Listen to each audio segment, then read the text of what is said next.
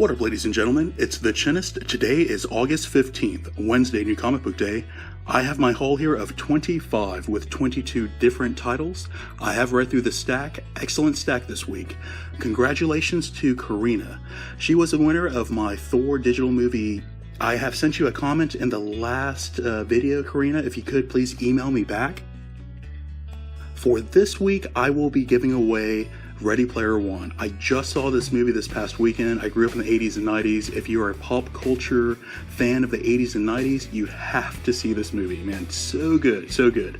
All you got to do to have a drawing or enter into the drawing would be to give me a thumbs up on this video, and please comment in a separate comment down below Ready Player One. I'm going to move this over to the side. So starting on the DC side of things, Justice League. I feel that Scott Snyder has been doing a bang-up job on rebooting this title so far.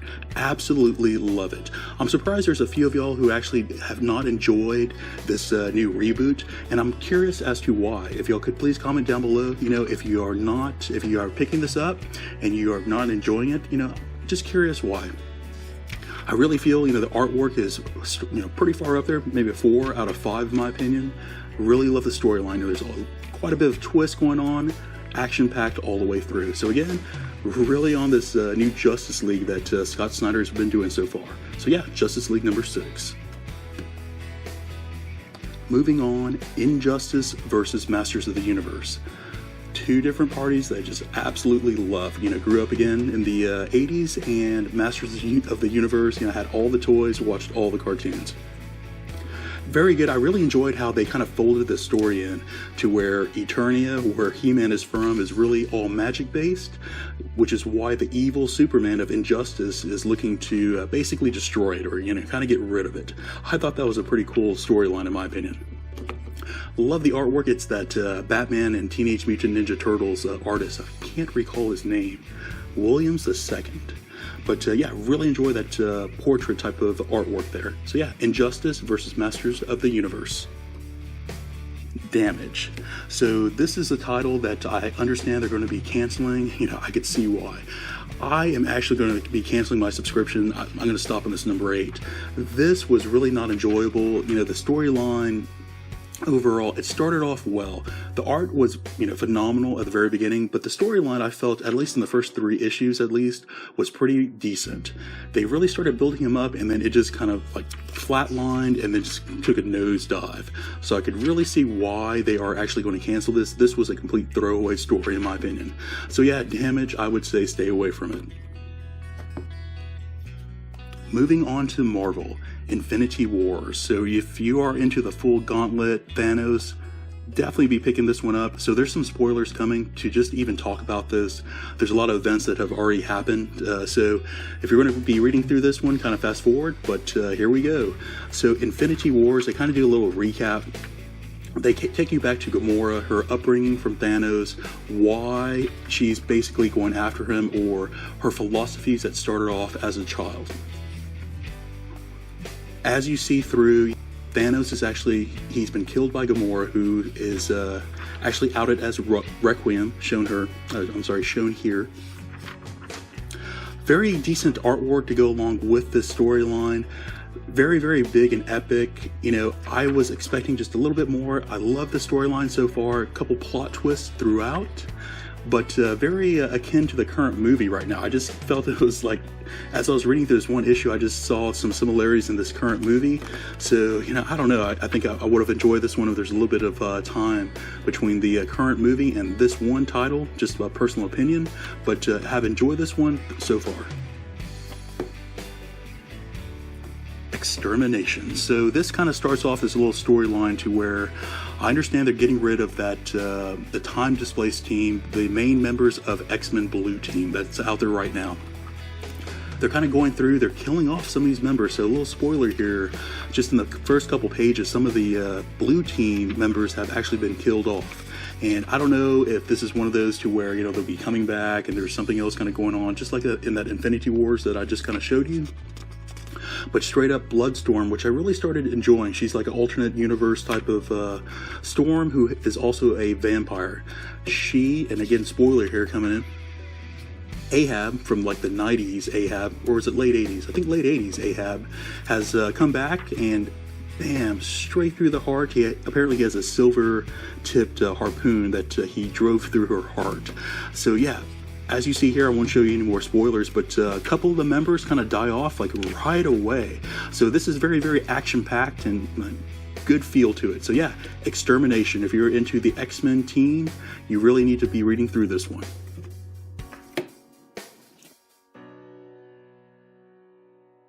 Astonishing X-Men Annual number 1. So the entire storyline, I think, concluded. I think that this title is done. Just the way they kind of wrapped up that storyline. Not really sure. If y'all could please comment down below to confirm that. But I think Astonishing X-Men is done.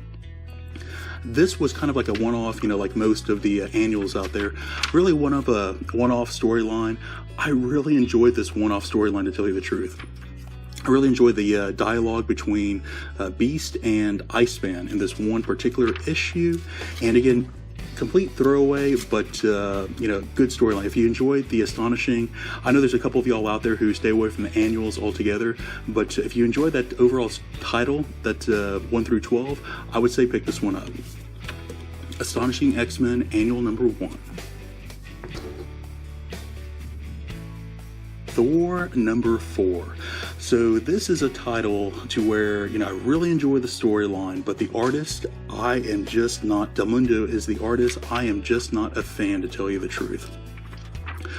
So the storyline, again, a lot of twists, there's a lot of pretty good action-packed type of twists that are going on. Thanos makes a guest appearance in here, kind of stopping a wedding that's going on. Hela's involved. Excellent storyline. I truly enjoy that little Hell Dog. That Hell Dog is one of my favorites in here. But anyways, Thor, great storyline, horrible artist. So I just kind of reading through previews, I saw that they're actually changing up the artist here, and I'm not sure how many issues going beyond this one story arc that just finished up as number 4. Maybe number 5. I'm not, you know, too sure how far in the future the artist is going to be changing up, but really looking forward to that. So this week I was also able to grab, this was like a low incentive variant, maybe like a 1 to 8 ratio, something like that. I think it's only going for about $7 or $8 on Midtown. But one of the connecting variants that came out,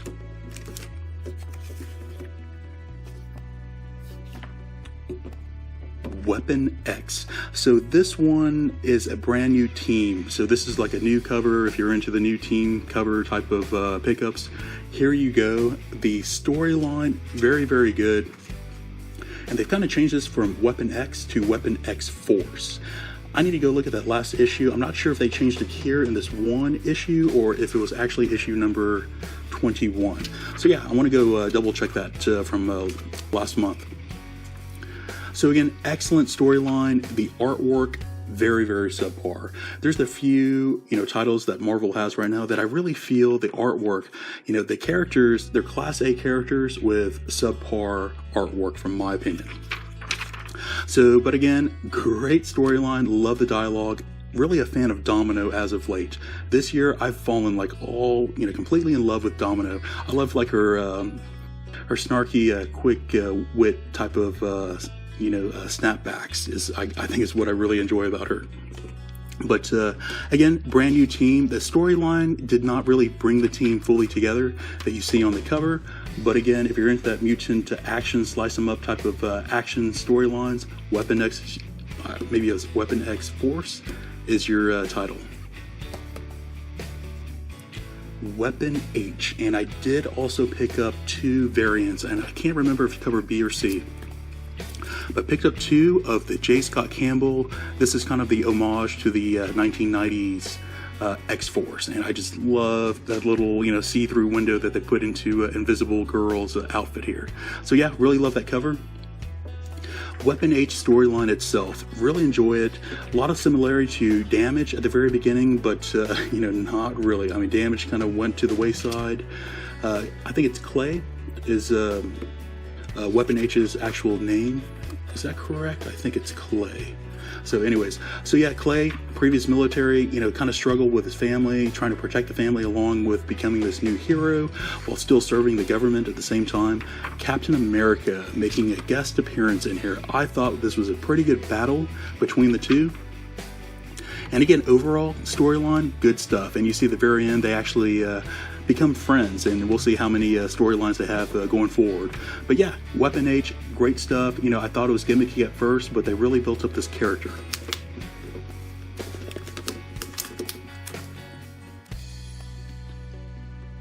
Edge of Spider-Geddon.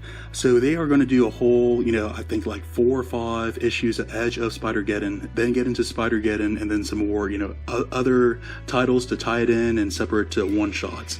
To tell you the truth, that's like just a little bit too much. We already went through the Venomverse and everything else.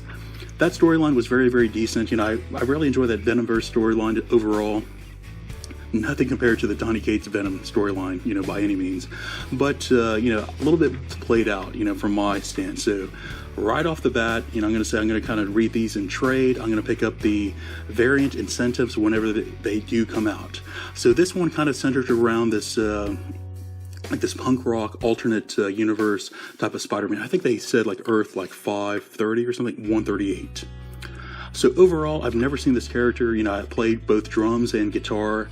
So, I really like the spirit of this one character. Pretty good one-shot overall, pretty good action. So apparently, I think they have introduced this character in the past. Kind of like a little bit of a reintroduction. I think he's going to be one of the focal characters going forward in this Spider-Geddon overall story arc. So yeah, so again, I'm only going to be picking up the individual incentive variants when they come out. Probably pick this one up in trade. So yeah, Edge of Spider-Geddon. Star Wars Beckett. So this is a one-shot.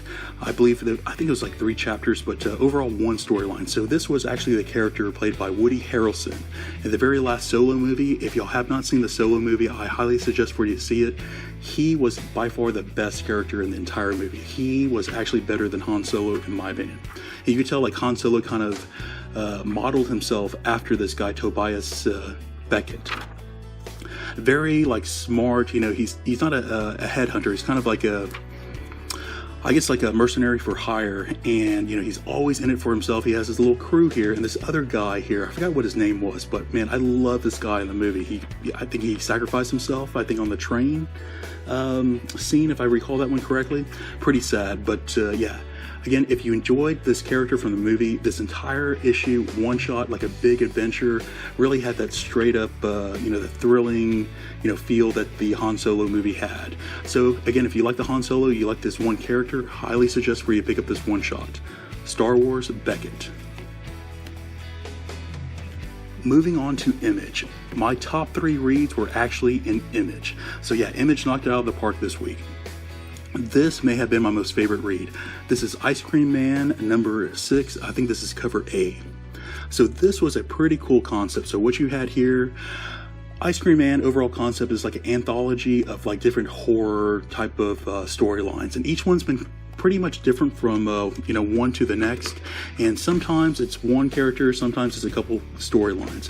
This was a little bit different. You have one character, however, it actually goes and splits up into 3 alternate realities. So each reality is actually colored differently, and you'll follow everything horizontally. So there's 1, 2, 3, and it follows this entire title all the way through.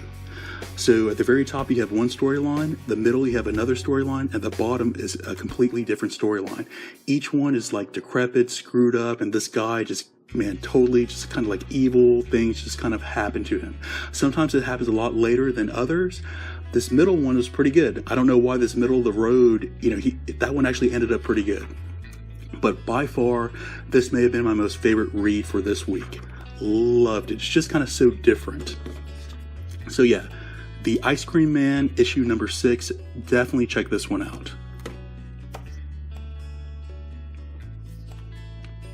The Magic Order. So this was one of the Mark Millar worlds that he's building up that is actually going to, has been bought out by Netflix, and they are making a TV series out of this one comic here called The Magic Order.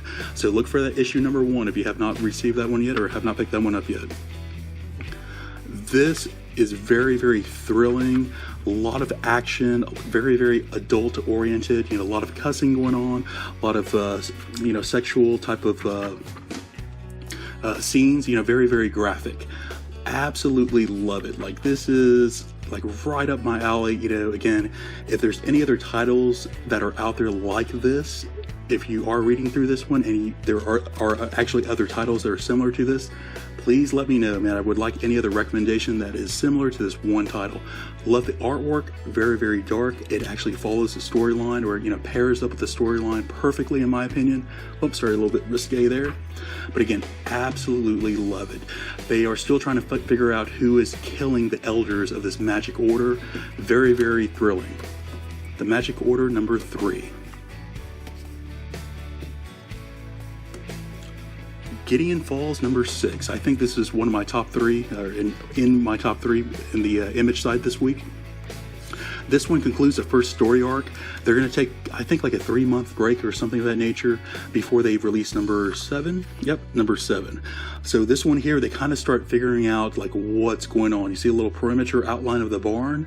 So this, the main characters are finally figuring out, you know, what's going on, and they are going to the next step of actually building this barn, trying to recreate this evil black barn that kind of appears out of nowhere and then vanishes, you know, into the night. But they know it's like the source of like all evil. All of these straight up schizophrenic people kind of running around killing people, people dying. It's all related back to this barn. Love the artwork, you know, similar to that last Ice Cream Man, just different visually. And it just kind of gives you that different feel as you're reading through this, you know, horrific type of storyline. So yeah, Gideon Falls, absolutely love horror. Love this title. Jeff Lemire is doing a great job on all the horror titles out there right now. Crude number 5. So Russian, you know, ex-Russian type of secret agent type of guy finds out he's at the end of his career, he's retired, finds out that his son has been killed by like this Russian mafia. Digs more into it, finds out his son is actually one of the leaders of the Russian mafia, finds out his son actually had like a double life, you know, bisexual, had some other things going on, things that he thought his father did not approve of. Pretty intricate storyline, gets very, very deep and dark. Love it. Good action, good deep psychological thriller at the same time. Crude number 5. The Weatherman. So straight up, a lot of action. The pacing of this is very, very quick. You have the main character, either his memory has been wiped, something's going on, he just doesn't remember, but apparently he was instrumental in killing billions of people on Earth like years ago. The government finally tracked him down, but he actually has no clue why, you know, he's being targeted. Gets broken out, great dialogue, good, you know, a lot of comedy going on, even though it's a very action, fast-paced type of thriller. Love it, man. Absolutely love it. So yeah, if you're looking for something a little bit different with some action, sci-fi mixed into it, The Weatherman number 3. Crowded. So this is one of my top 3 picks. This is one that, you know, I was going to pick up a number 1, go through it, see what I thought about it. This one really surprised me. I am actually going to subscribe to this one. So this one starts out, it's kind of like a, you know, social media type of, you know, backbone to the storyline, to where there's like a GoFundMe type of, you know, application. And for some reason, you have this main character, she's explaining her day, and for some reason, she's targeted to be murdered. And this app, this GoFundMe deal, does it to where you fund, you know, against a person. You basically create like a hit against a person. It's like a public hit, and the GoFundMe establishes the amount. If you kill this person, here's the amount of money that you will receive. So the entire city is actually trying to kill this one person who's, you know, part of this, you know, this app type of social world. So along that world, you also have people who actually defend the people who they have hits against, and this is how they make their living. So 2 different, you know, sides of the coin. Very, very interesting. The dialogue between the person who's defending the lady who's the girl who's trying to get murdered. Very, very good. A lot of good humor that goes along in here as well. So this was a surprise hit to me, in my opinion. I never thought this one issue would be this good. I was going to pick up a number 1 just to have a number 1, but I definitely subscribed to this one. So yeah, check this one out, guys. Crowded issue number 1. Moving on to Aftershock, The Lost City Explorers. So this one here, has ties to Atlantis. You find out like Atlantis was, it did happen, but it's in a different area. Manhattan seemed to be the portal, and they seem to be either aliens or extremely high, technically, advanced type of race. A lot of good action, a lot of mouse hunt, hide and seek issue here. They still have not traveled to Atlantis. I thought in this one issue they would be there by now. They are not there, but nonetheless, great action. Again, going back to the cat and mouse type of hunt that this title is set up here in this issue number 3. A lot of good action, very, very thrilling. I did not think I would like this one as much. Being the last 2 issues was not as thrilling to me. I guess setting up the storyline more than anything. A lot of good action here. This number 3. Volition number 1. So this is yet another one of the storylines where you have robots who get artificial intelligence and they start intermingling with the humans. The storyline's been done before. This one here seems like it could be a step above the rest, a little bit different. So, first off, the artwork itself, phenomenal, man. I feel this is maybe like a 4.5 out of 5, maybe dare I say a 4.75. Absolutely love this artwork. Storyline overall, you do have 2 robots who get AI. Those 2 robots create one other robot, out of parts, mixing up the 2 robots' memories, things of that nature. So you have like another race altogether. You have a lady here who started it all. She's vanished. Along the way, you have like a black market who has started in order to profit from the robots. They do a lot of parts and a lot of memory things on the cheap. With this, or due to this, it actually started some sort of like virus. Once you get the virus, it's like a slow death if you're a robot. In my opinion, just kind of reading through, I feel that the creator of the AI is the one who implanted or started this virus. Just a little bit of speculation from what I read here. But very good storyline. This is one where I think I may actually enjoy more in trade. Excellent storyline so far. So if you're into the sci-fi, the AI robots, type of storylines, definitely check this one out in my opinion. So yeah, Volition number 1. One more from Aftershock, Baby Teeth. Yet another title that I pick up from Donny Cates. Donny Cates is absolutely on fire. Doesn't matter what publisher he's writing for, he's just on fire. So this one here, you have the mother who, you actually have 2 mothers now exposed. You have this mother here, and this is her child who's a demon. This is the main character, Selena, I think her name was.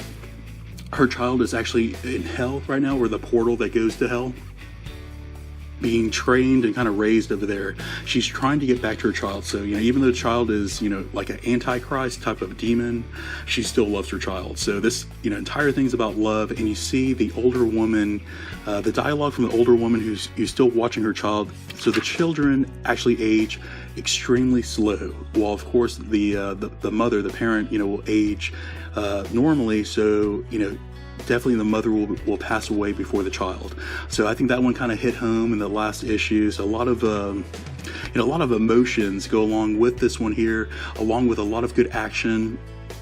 Great storyline. It took a little bit of time to kind of build up the storyline, but man, Donny Cates, absolute favorite writer, one of my favorite writers right now, man. He is just on fire. So yeah, Baby Teeth, if you have not checked this one out, I would say check it out in trade. Definitely got to read through a couple issues to kind of like understand and kind of get into the meat of the storyline here. But yeah, Baby Teeth. Had one from Bongo. Bart Man, absolutely used to love that character. Had like a lot of t-shirts and things growing up back in the day.